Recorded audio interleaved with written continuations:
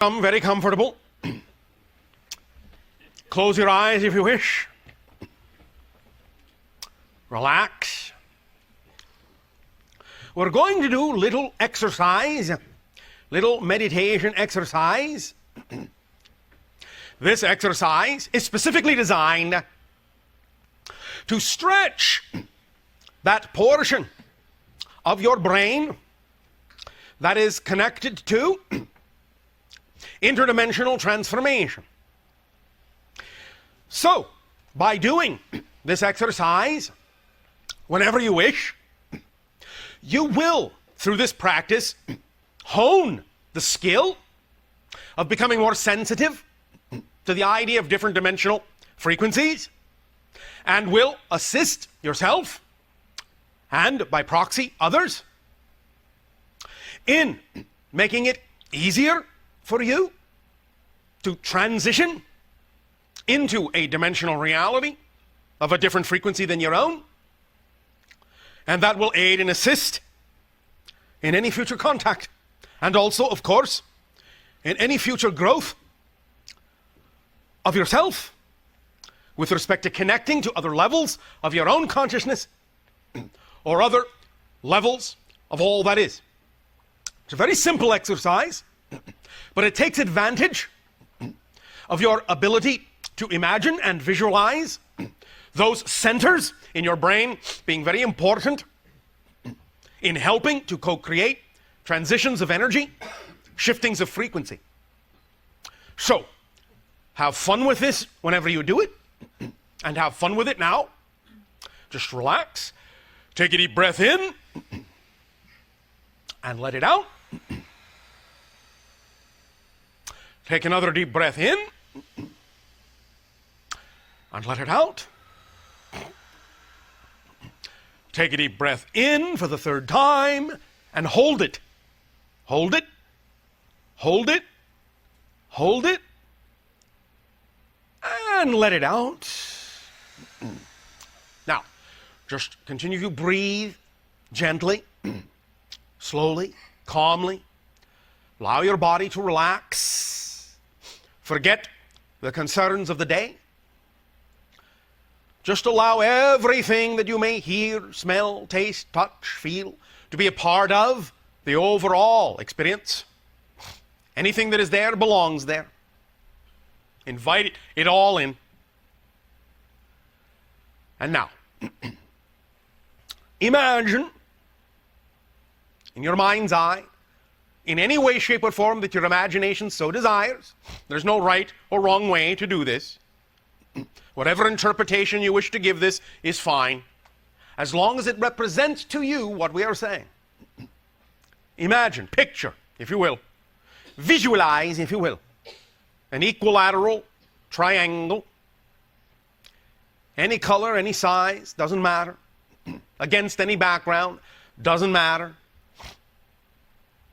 Three-sided equilateral flat triangle. And as you picture this, just sit with it a moment.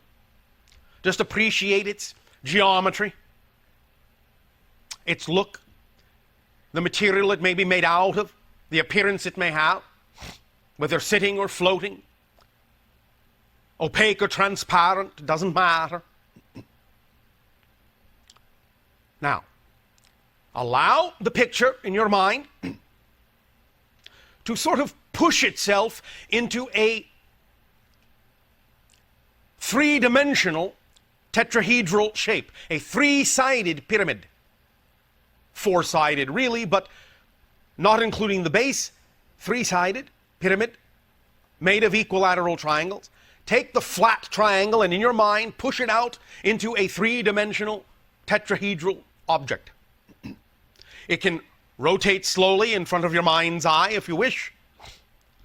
It's up to you how you wish to see it, but just know that you are changing it from a flat triangle to a three-dimensional object, a tetrahedral pyramid.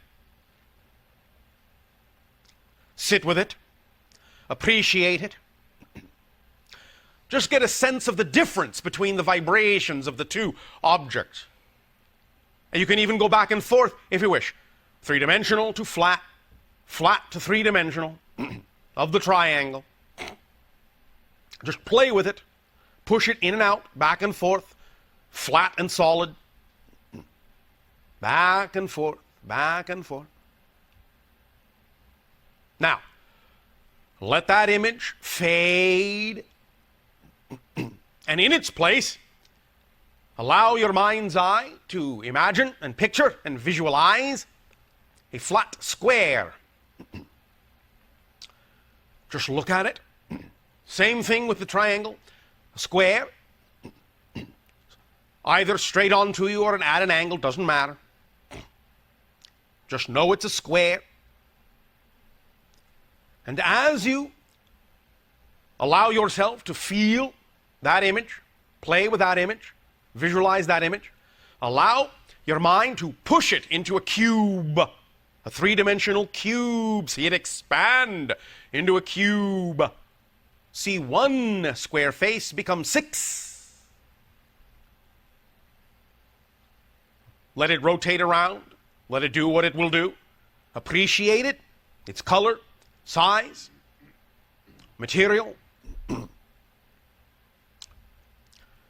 And again, if you wish, you can go back and forth and back and forth. Cube, square, square, cube. Pushing it in and out, inflating, deflating. But making the transition between flat and three-dimensional.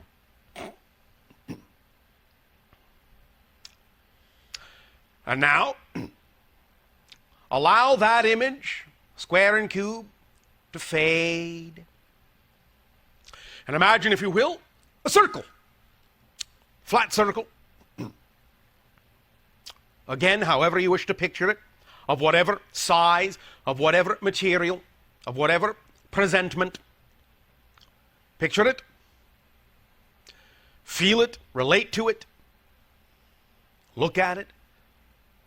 If any of your other senses engage with it, let them do so. And as you are feeling your relationship with the flat circle, then allow your mind's eye to visualize it pushing into a sphere, a ball, three-dimensional. See it hanging before you, sitting before you, floating before you, whatever you wish. Rotating or not, small or large, doesn't matter. Shiny or dull, transparent or opaque, doesn't matter. The important thing is that you allow yourself to really see the transition between the flat circle and the sphere. Back and forth, back and forth, back and forth. Now, allow this image to fade and picture, if you will, a flat spiral line, either going from the center spiraling out, going from the outside spiraling in, doesn't matter.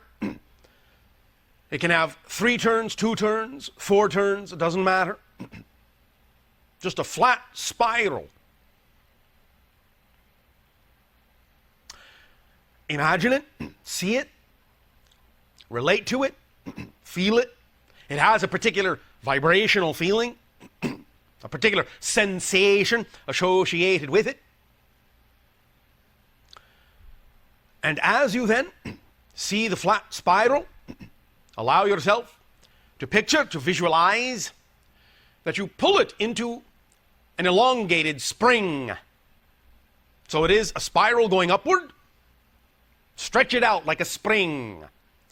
Feel the springiness of it as you do so. Feel it spring back and forth from a stretched out spiral to a flat spiral again.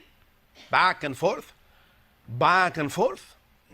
At whatever rate, in whatever way it pleases you to do so. Play with that for a minute. It can be pointed like a cone when you stretch it out. It can be equidistant when you stretch it out. It doesn't matter. The important thing is the stretching. Flat to stretch, stretch to flat. Now,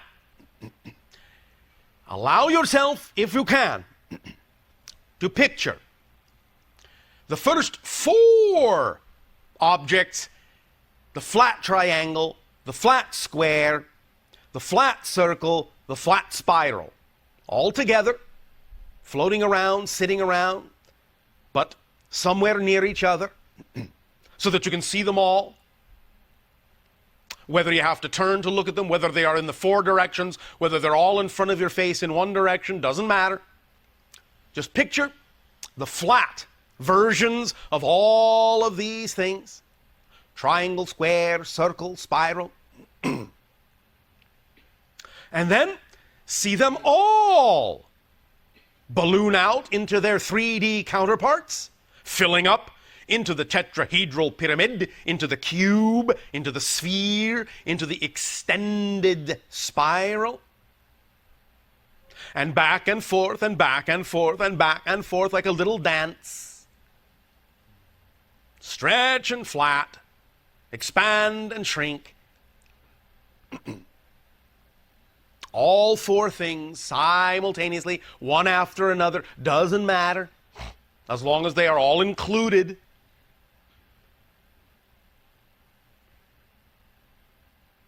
Now, as you see these objects going from flat to expanded, expanded to flat, all 4 of them, allow yourself to imagine that you are also in the middle of these objects, that you are a 5th object. And you see yourself in your reality, but you also imagine yourself expanding beyond your body to a larger self, a spirit self, a consciousness self, and back and forth in the same way the other objects are going back and forth. From your physical reality to higher level dimensional realities, where you can see a big picture of everything. And back down to the physical point of view, and up into the more expanded point of view. However you wish to depict that in your imagination is completely up to you. But do it at the same time and in the same way that the other objects are contracting and expanding. You are also simultaneously contracting and expanding, and you are simultaneously contracted and expanded at the same time. So that you now begin in your imagination to see that the flat versions of everything and the expanded versions of everything coexist simultaneously. They are all there, all at once. Beginning and end, ending and beginning. They are all their own distinct and discrete shapes, and yet at the same time they are all interconnected. And they are all interconnected in you, in your imagination, in the center of your consciousness, in the center of your brain.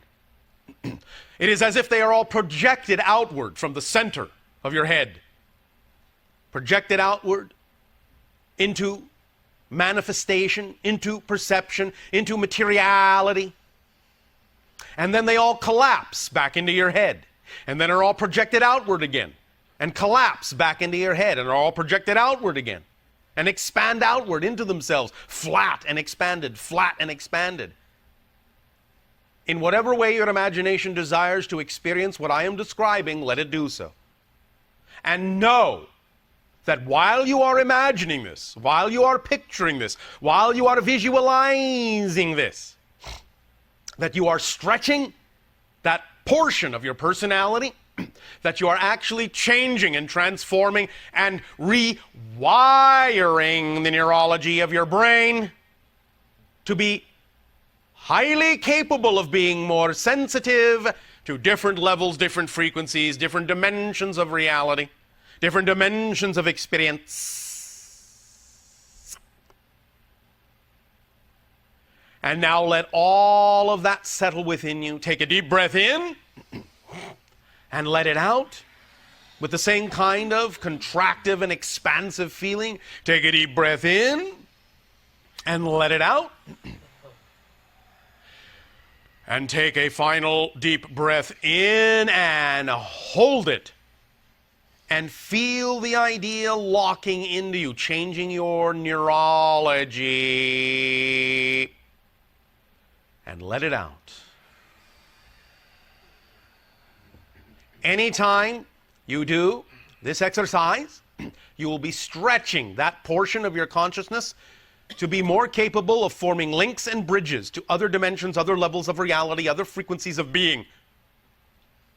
And it will allow you to become more conducive, literally more conductive of a variety of transitional and transformational vibrations and energies. And that will also have the effect of expanding and increasing synchronicity in your life, and expanding and increasing the slipperiness of space-time, and expanding and increasing your ability to be aware of communications from all levels, not only of your own being, but from other levels, other realms, other dimensions, within all that is as well. So, play with it, use this tool, use it whenever you wish. Now, I would suggest you don't necessarily need to do it more than 3 times in one of your days. But you can do it at least that many if you wish, or twice, or once. It's up to you. For now, we would simply recommend you don't do it more than 3 times a day to give yourself an opportunity to assimilate the effect that is being created within you by using this tool. That will be about the rate at which you will be capable of absorbing all of the effects and creating a lasting ability. 3 times a day will be the maximum required. Does that all make sense to you? Yes. All right. Now, for the moment, we may continue with interaction through questions and answers if you wish, or dialogue. You don't need a question to speak with us. Anything you wish to simply comment on is welcome as well. And in fact, just to let you in on another little secret, many times our capability at accessing information for you is actually heightened when you make a statement instead of asking a question. Because if you already are willing to acknowledge what you know, you take yourself to a vibratory level that allows many more doorways in your consciousness to be open to us. And thus then we can access whatever information is necessary at that time. Understand that what we know, we only know when we need to know it. And we only know it relative to the conversations and interactions that we're having at that moment. We do not actually have memory. We simply know what we need to know when we need to know it. And thus, we don't know what we know until in the moment it comes. And then we simply trust it is what needs to come at that moment, without judgment, without expectation, for whatever purpose it may serve. So, you may begin. Good afternoon, Bashar. And a good day. First of all, I'd like to just make a statement that you are such a joy. You are so much fun, and we love you and appreciate you so much. Our appreciation to all of you as well. You are fun for us. I bet we are. I'd like to also extend an invitation to you. If you ever would like to land at my door, I will throw you a party, and everyone is invited. How far will you throw it? As far as I can. All right. All right. Now, thank you very much, but also I will say, please understand that all the invitations have already been sent out. We will answer according to the timing that serves everyone best. So you don't have to worry about whether or not you have extended an invitation. Okay, thank you. Here's my question. Yes. It's regarding the idea of death on this planet. Death, yes. Yes. Not only would I like to talk about what choices do we have after death? What do we do over there? Where do we go? Whatever you want. Okay, well, I'd like to discuss that. Oh, and then, all right. And then, of course, you know, on this planet, when someone dies, yes. it's probably the worst fear we have. Yes, and one of them. And in actual fact, I believe fear of public speaking is worse Well, on a list of phobias of humanity. Well, I've conquered that one. Obviously. I'm sitting here. But I'd like to know, what is it about our attitude that we fear death, and instead of looking at it as just a transformation into the next, yes, we grieve and we have such ceremony. And what do you do on your planet when you die? Celebrate. Do you celebrate? Okay. And also, please remember, we are still in communication with that being.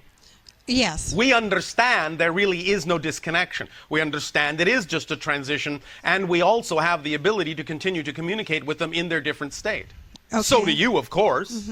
But because of thousands of years of ritualization and the experience of disconnection, not real disconnection, but the creation of the experience of disconnection, the personality structure assumes that death means annihilation.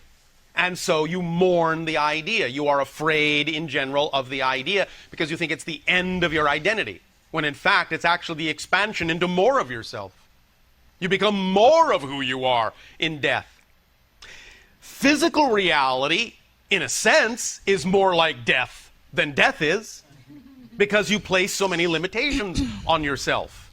And from the spirit point of view, again, not judgmentally, physical reality is the more dead-like state. So, the idea is that most of the grieving, while you may have it if you wish, not going to take anything away from you, if that feels appropriate, then allow yourself to do so. But generally it comes from feeling like you are being left behind. You're actually mourning for yourself. Right. Because you understand innately somewhere that the other being that has died has gone on to a more expanded state, and you also yearn for that as well. Yearn to remember that. Yearn to remember that's who you are. And in that sense, feel that that death has reminded you that you have placed limitations on yourself, and so the grieving is actually for you. Nevertheless, you are getting to a point where you are beginning to understand that the concept of physical death is just a transition. You don't have to lose touch with anybody at all. And as you begin to understand that more and more, you will be able to continue to communicate with those beings in a very clear manner. You understand? Yes. Now, upon the idea of expansion into death, most individuals on your planet will feel it or experience it in general as if they are waking up from a dream. Yes. Because that is the real reality as far as they are concerned, and the idea of the physical life doesn't carry the same degree of importance per se. It literally is the way you feel when you wake up from a dream and say, oh, this is my real reality, and then the dream just sort of fades off, except whatever pieces may remain that you feel are important for you to remember. Death is like that with regard to physical reality. You wake up and suddenly remember who you are and that you are having this physical dream. You understand? Yes. And that's why most individuals don't really actually, shall we say, hang around and try to make contact. Because physical reality, again, is not so real from that point of view anymore. They understand they still may have loved ones in physical reality, and they can communicate, and often do. But the overwhelming feeling is that you're actually waking up into your true reality, and the idea of physical reality becomes, to some degree, with a few exceptions, all of a sudden a secondary concern that isn't as real. Does that make sense? That makes great sense. From that point there forward, you have the ability to recognize that there are different gradations of non-physical reality in which you can still experience many things, according to your consciousness, that feel like physical experiences, even though you may no longer be physical. You can actually create cities, houses, all sorts of landscapes that seem very tangible and can be experienced in a very tangible way. But the difference would be is that there really isn't the same idea of space-time, and so in that reality, what you imagine, what you think, is almost instantaneously created. You understand? Yes. So, you can actually still have many kinds of experiences in the non-physical reality that are very similar to the idea of physical reality, and there are people in non-physical reality who even form neighborhoods, communities, cities, all sorts of things, because they gravitate to each other because of their vibration. Does that make sense? Yes, it does. You can also function as a guide if you wish. You can go on to other realities if you wish. You can explore other dimensions if you wish. It really is up to you. And in fact, it's even up to you to return, in a sense, to the life you just left and continue on from where you left off.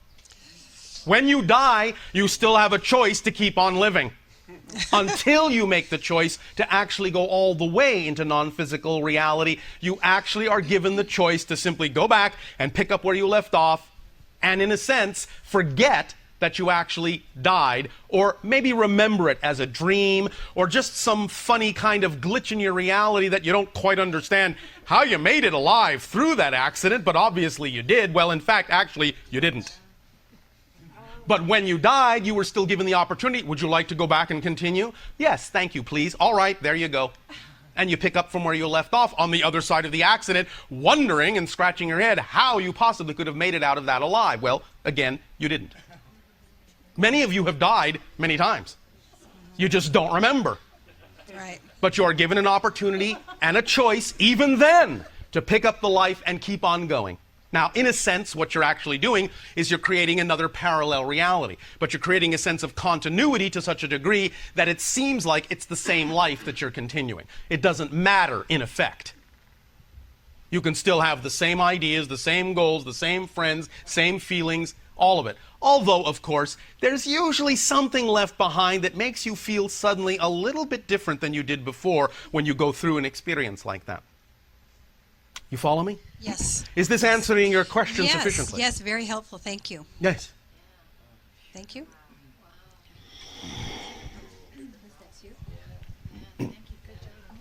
Have all these conversations with yourself. Yes. Thank you. And that, of course, having a conversation with us means that you are having a conversation with yourself anyway.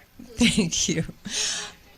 My question goes to not when I'm feeling anxiety, but when I'm vaguing out and I want to... When you are what? Becoming more vague. Vague. Losing consciousness. When I want to have more presence of mind and more focus of mind. Yes. And in what circumstance and situations do you feel you need more presence of mind? When I have work to do. Is it work that you enjoy doing? It's work that I haven't gotten to yet, but I tell myself I do want to do it. Well, that was an interesting response. You tell yourself you do want to do it. But Not exactly, yes, that excites me. But, well, maybe I'll take it. Maybe I won't. What is or are some of the things that you say you find exciting? What kind of work are you talking about? Writing, developing creative projects. All right. Now, what kind of focus do you believe you need in order to accomplish that? Greater clarity than I've known. Clarity about what? I think it is more a clear communication with myself. About? What I want to create. Such as, for example, for instance, i.e., e.g. Give me a specific.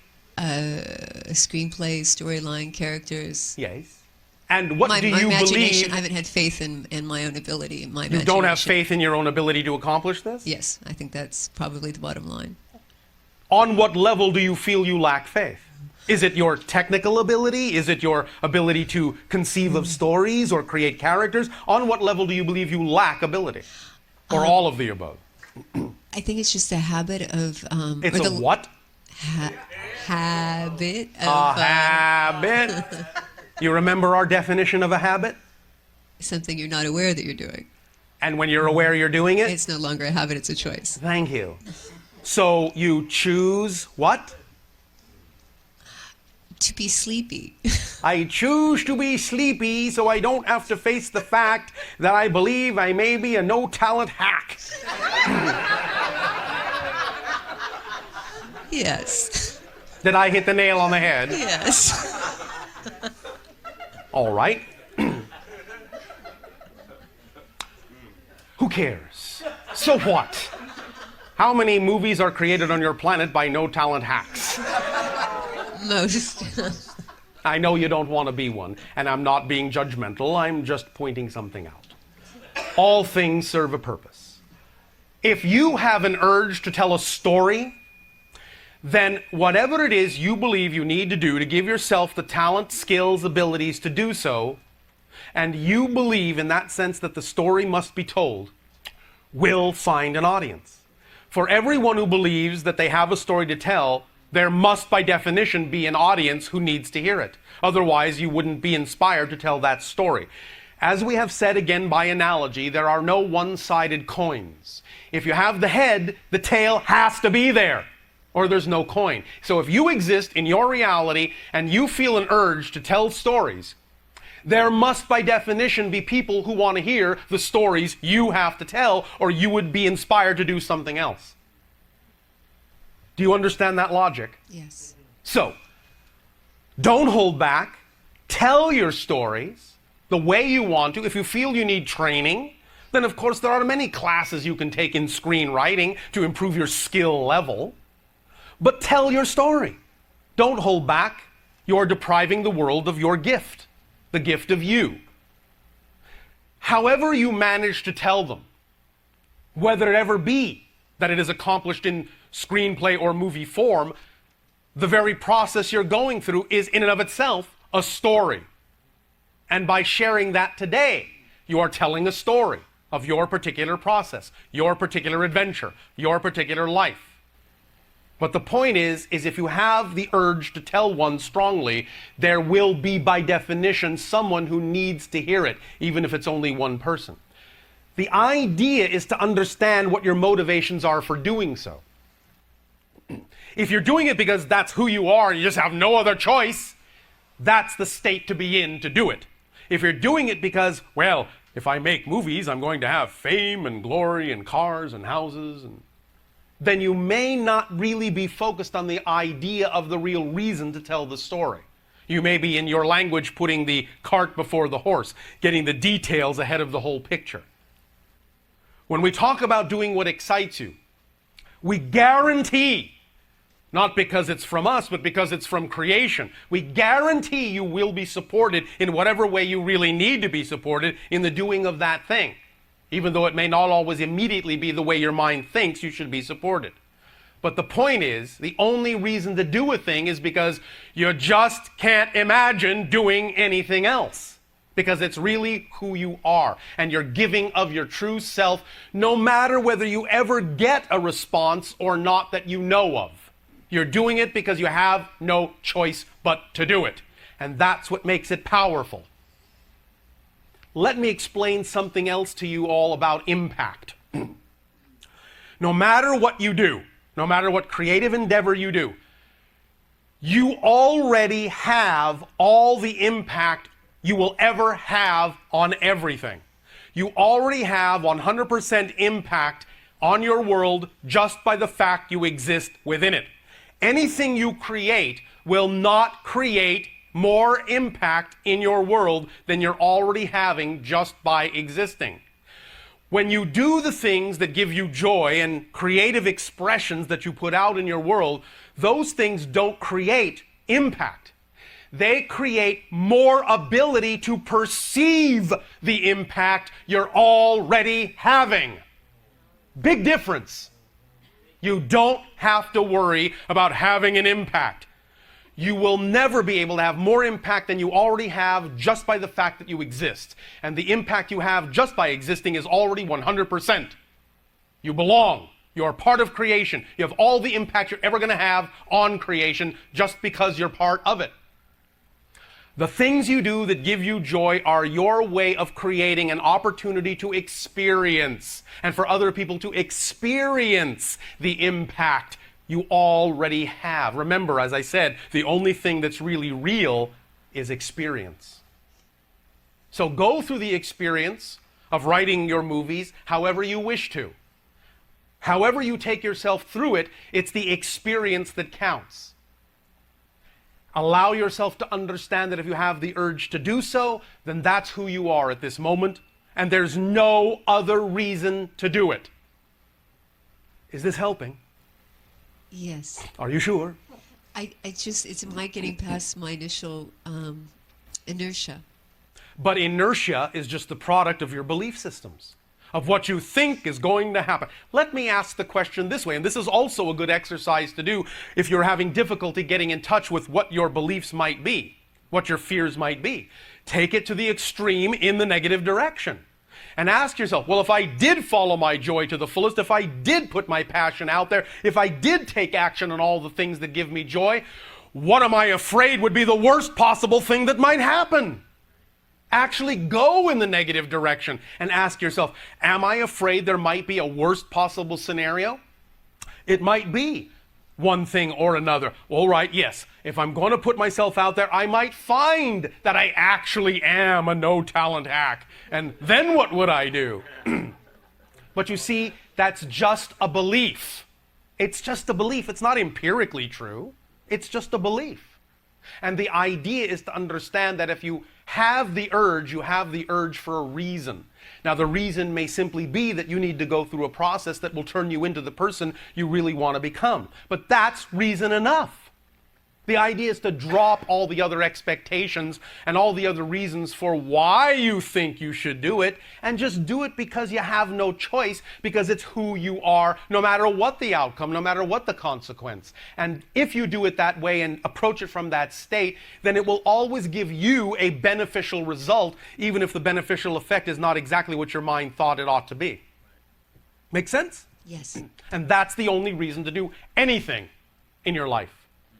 You all have exactly the same mission, the same purpose in life. To be yourself as fully as you can, the best way you know how. That's it. That's it. That's all you have to do. Be yourself fully as you can, follow your joy best you can every moment. That's it. How you do that is up to you. The expressions through which you do that are not your mission in life. They're the expression of your mission to be yourself as fully as you can. That's all you have to do. Do your best. That's it. That's all you have to do. You will have done perfectly if at every moment you just do your best to be yourself. You will have done perfectly. Does that make sense? It does. Does that take some of the weight off? Yes. Some of the expectation off that you have loaded on yourself, that you're carrying around? Yes, and this is the second time that you brought up the impact Yes. statement to me, so I do appreciate it very much. Thank you. Thank you, Bashar.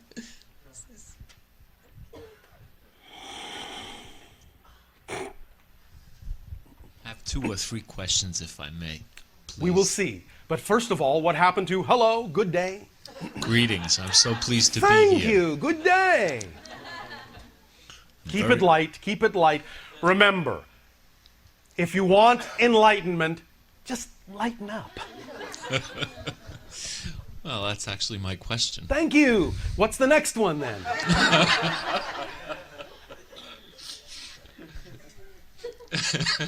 Oh, all right, that one's taken care of too. I have the feeling that I'm supposed to be channeling. In what way? There's art, there's music, there's doing it this way, there's simply getting The in way touch with you're your guides, doing it. automatic writing. The All way right. you're doing it. Are you attracted to ideas or books or classes that would teach you techniques by which you feel you would accomplish this? Yes. Are you doing those things? I haven't yet. Why not? I will now. Thank you. Again, if you say something excites you, Is there a way?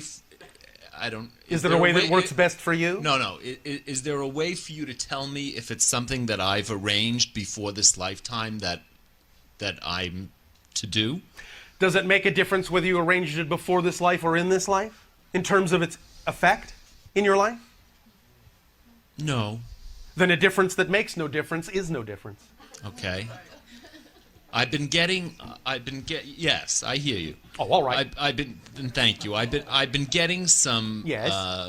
What have you been getting? signs. Ah, signs. Like right now, right in Yes. front of me, I see and it hangs around me 24 hours a day, a little black dot that just follows me around. Oh, all right. And I'd like to know what that is, and is that part of you know, my... It's a focal point. It means focus and go in the direction of what you want to do. Take action. Do the things that you believe in your imagination are representative of giving you the abilities to do what you say excites you. Focal point.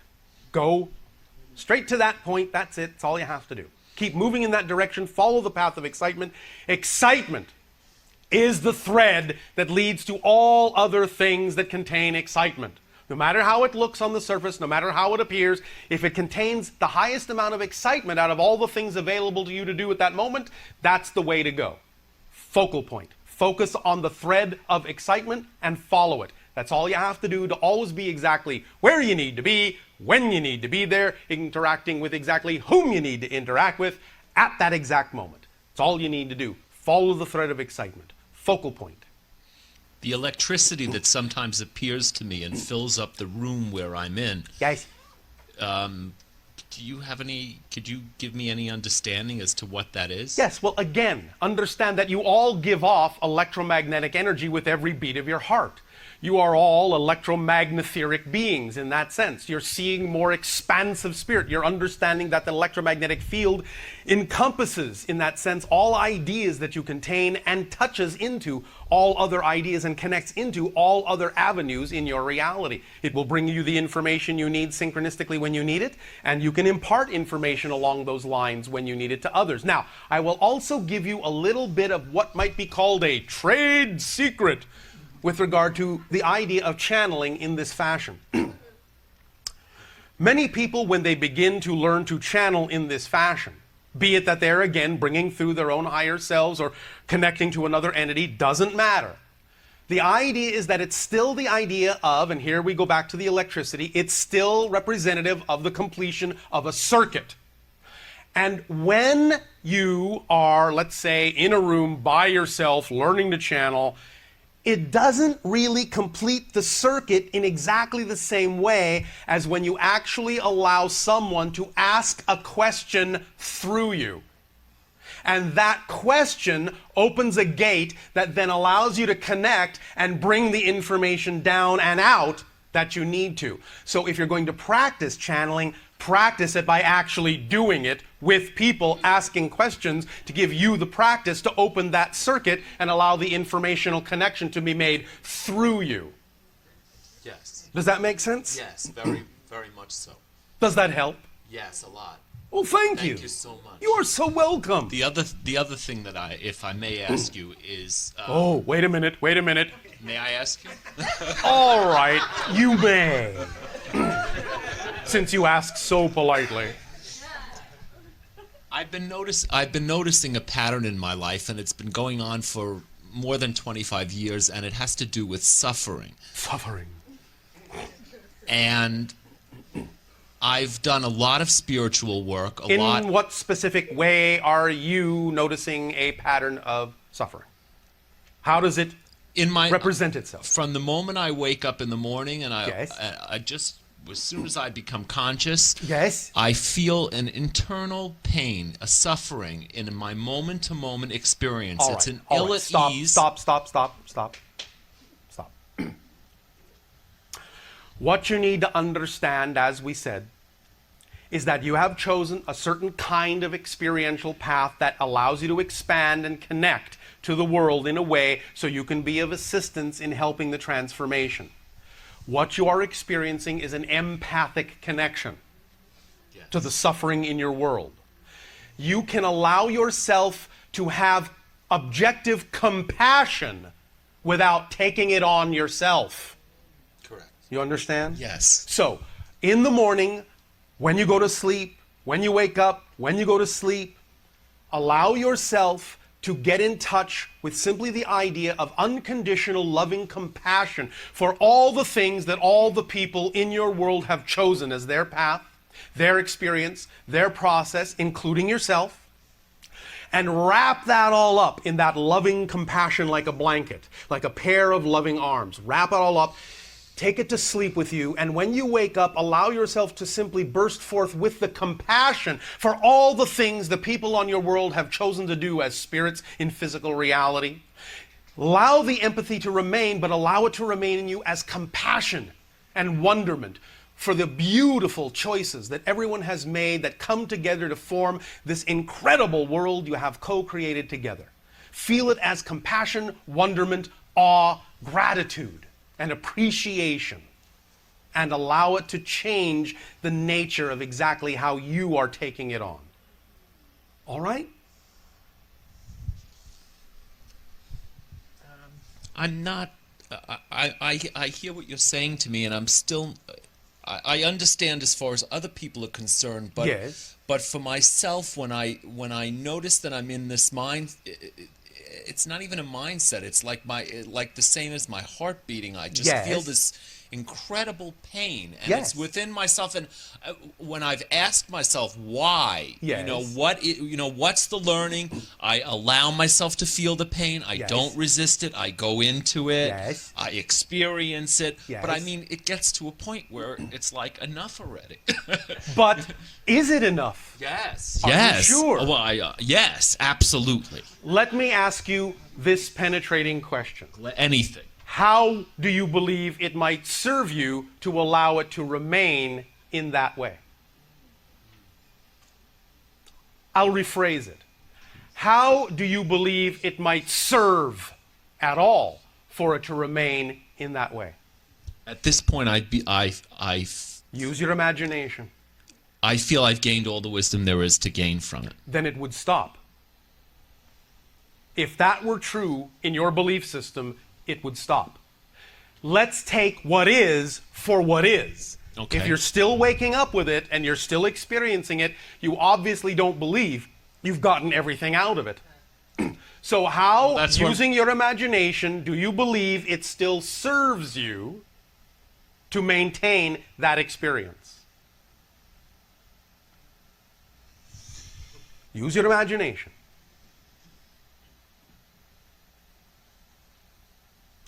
All right, maybe it will make it easier for you if I put it this way. If this were not happening to you, if it were happening to someone else, how might you imagine, in assisting them, that they might feel it might serve them to allow that experience to continue? What reasons might they have within their belief system that says that allowing that experience to continue would be something they would need to do? What reasons might they come up with? It's given me the depth to understand people a lot. It's given me the depth to truly feel that, what people go through in learning and growing. Do you believe that without that particular kind of empathic link, you wouldn't have that understanding? That people wouldn't Yes. be able to relate to you?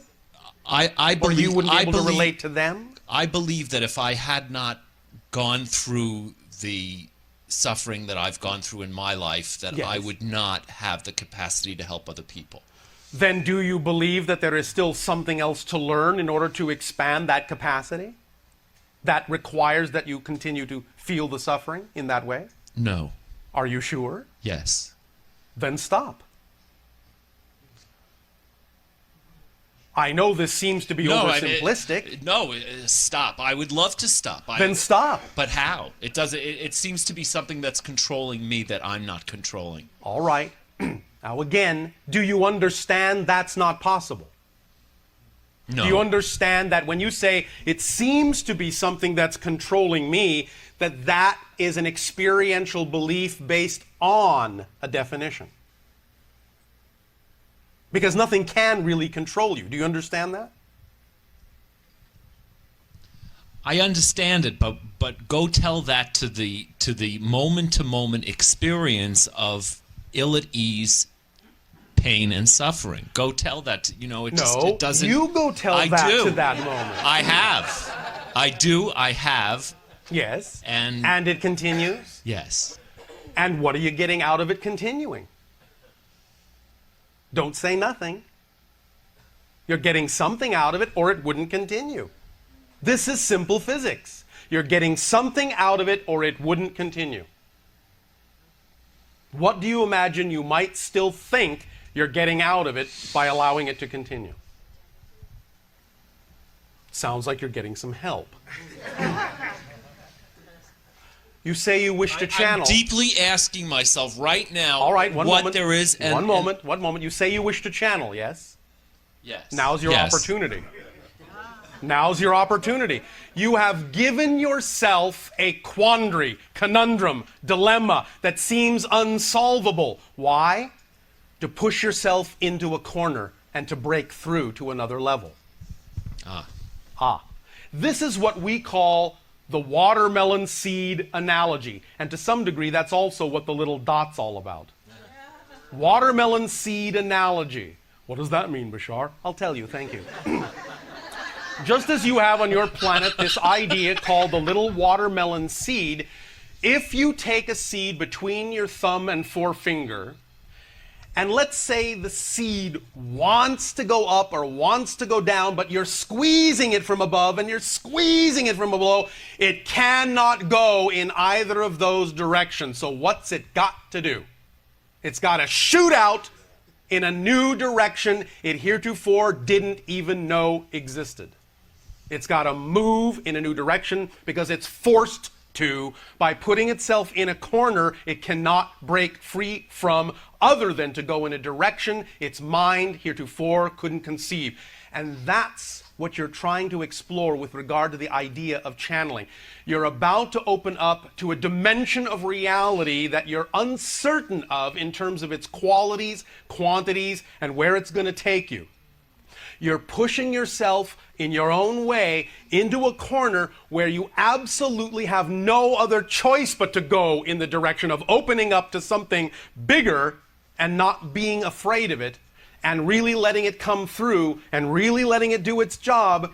And you're pushing yourself so that you have no other choice because you're sick and tired of staying where you are in that space. Correct. So you're using it as a device to push yourself to a point where when you finally open to the idea of channeling, you will open much farther, faster, and wider than otherwise you would have. And what's it going to take for me to get to that point? Your willingness to actually do the channeling. I'm willing right now. When you go home, gather some friends, do it in the way you imagine you wish to do it, have them ask you the questions, and start the process going. Actually conduct a session. Yes. All right? Thank you so much. And then see what happens. Bless you, Master. Thank you. Bless you, Master. And bless you all. Please enjoy your refreshment break. We will continue and resume this communication after the period you call lunch. Good day.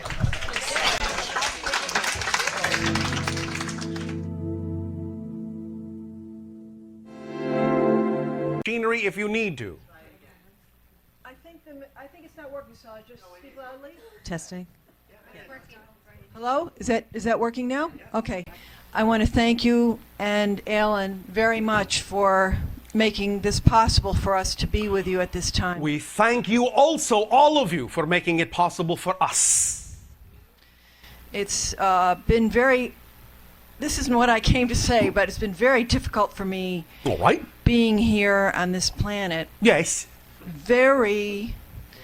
And how can I be in touch more with yourself and consciousnesses like you so that I'm not so isolated and that I have more support? All right. Well, again, as we said, first of all, it's about getting in touch with your definitions.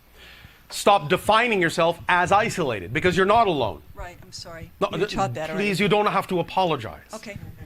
I'm not putting a value judgment on it. Just responding to your statement. You can begin to understand you are not isolated. Understand that all you're experiencing is the experience of isolation. You can't actually be separate or isolated. That's not possible. Again, if it were really possible for you to be truly isolated, truly separate, you wouldn't exist. You are part of existence. You're part of all that is. So what you're experiencing is the experience of isolation. And if it's an experience, it can be changed. And usually it can be changed by getting in touch with what belief systems and definitions you have that allow you to believe you are, in that sense, isolated and so have an experience of isolation. But before we go into that, the idea really, to answer your question most directly, goes back to the other issue we talked about in terms of following your highest joy, following your highest excitement as best as you can. So my question first and foremost to you is, are you? No. Why not? Because I have had the perhaps illusion that I have responsibilities. In what way does your definition of responsibility prevent you from following your joy? Because it's only your definition that does.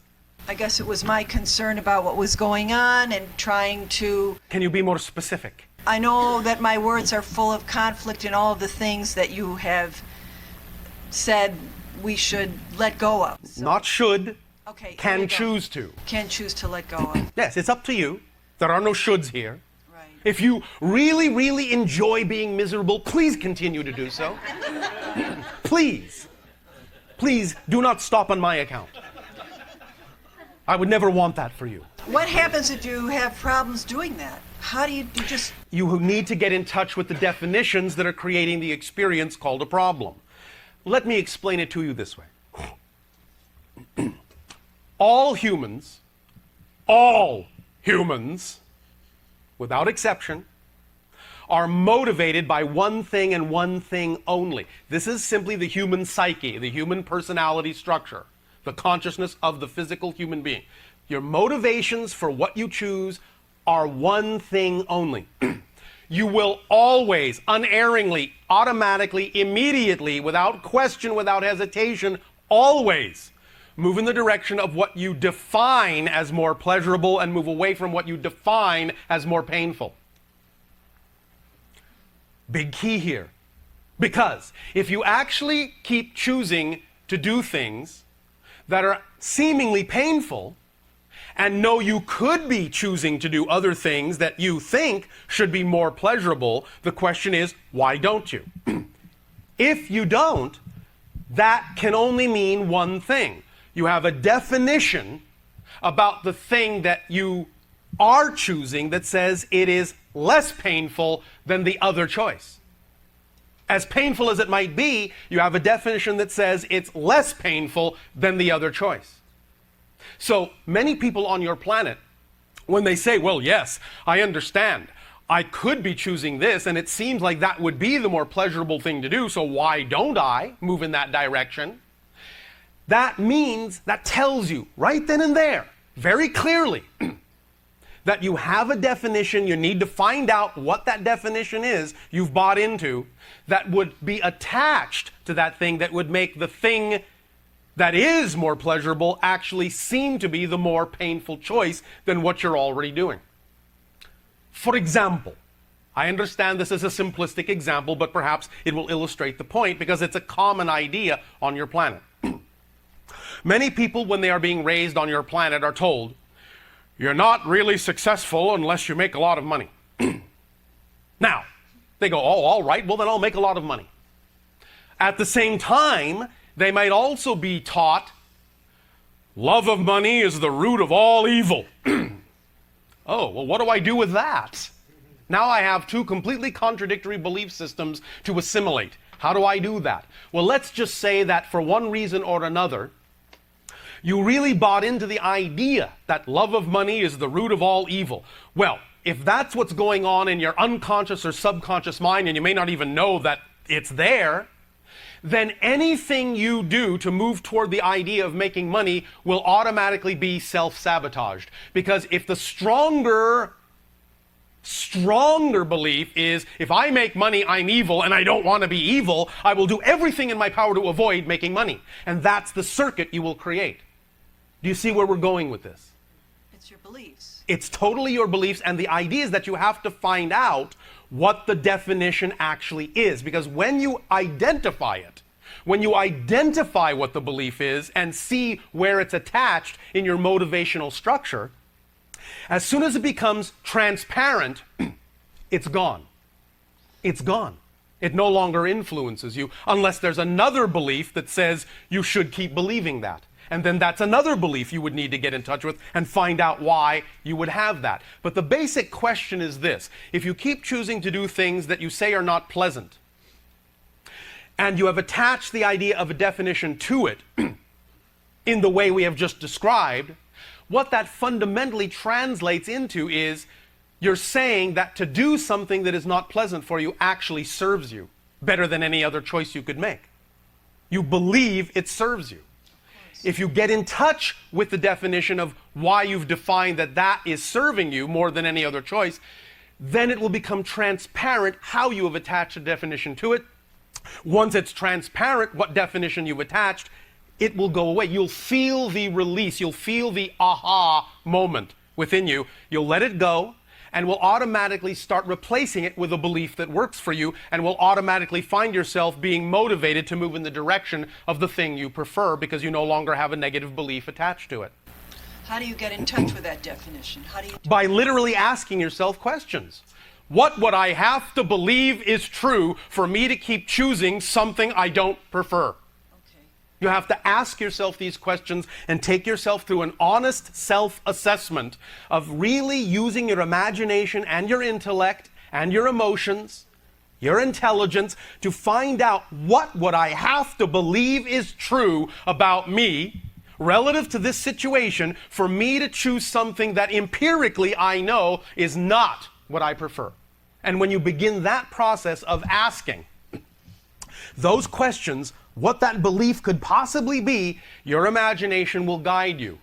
And you will eventually begin to understand, oh, I must believe this. And you'll again get that aha moment when it feels correct. You'll discover what it is. And as soon as you do, you'll simultaneously feel the release, and you'll simultaneously realize that most likely you've been carrying around other people's baggage. And it doesn't belong to you. These are beliefs that have nothing to do with you, and you can drop them and let them go. And primarily, while you're doing this process, it would be wise and beneficial, if you can, to do it with a sense of lightness, with a sense of adventure, with a sense of exploration, not with a sense of dread. Oh, what am I going to discover about myself? Maybe if I get down there and find out I have this negative belief about myself, I'm going to find out it's actually true. And so you'll avoid it at all costs. No, nothing you will discover about yourself can do anything but serve you become more of who you are. If you look at it with that attitude and approach it in that way, it will be an adventure, not a trial. Not a judgment against yourself. It will be an exploration and a discovery, and that in and of itself is exciting. You're going to discover more of who you are. Oh joy, can't wait. Bring it on. No matter what fear might come up, invite it in. Fear is a messenger knocking at your door saying, hey, there's a belief system here you're not aware of that's not working for you. I'm bringing it to your attention. Thank you, fear. I love you. And as soon as you treat your fear that way, it will say, I'm turning to joy now. Because you see, you only have one energy. You filter your energy through belief systems, and that generates what you call feelings. That's the direction in which it works. All feelings, all emotions generate from definitions and beliefs first. If you don't believe something to be true, you don't have a feeling about it. If you're walking down the street wearing white socks, someone runs up to you, some crazy person says, I really hate those orange socks you're wearing, you would just sit there and stare blankly and go, well, that's nothing to do with me. Because you don't know how to feel about it because it's not a belief you have, that you're not wearing orange socks. So the idea is similar. If you understand that this belief has nothing to do with you, you will neutralize it emotionally and then choose the belief that you do prefer and allow the emotions that correspond to that belief to be generated within you. But if you have fear, all that's happening is you're getting a sensation that tells you, hey, you're funneling your energy through beliefs that are out of alignment with your true core essential self. There's a distortion here. There's an out-of-phase belief. And it's the out-of-phase belief that you're running your energy through that generates that sensation you call anxiety, doubt, and fear. But when you run the very same energy through belief systems that are in harmonious alignment with your true essential core self, that same energy transforms into joy, excitement, love, bliss, passion, creativity. It's the same energy. So when you feel fear, know that you are right in touch with your excitement. You just have to redefine the belief the energy is running through. That's all you have to do. The fear has now put you in touch with a grand opportunity to be aware of the fact you have a belief that's not working for you. That notion in and of itself is exciting, because now you're about to discover a new part of yourself you didn't know about before, and that means that when you get through with that process, you're going to be more than you were before, and that's cause for celebration. That's the attitude in which to approach it to allow it to be most effective in a positive way. Does that make sense? Absolutely. Does this help?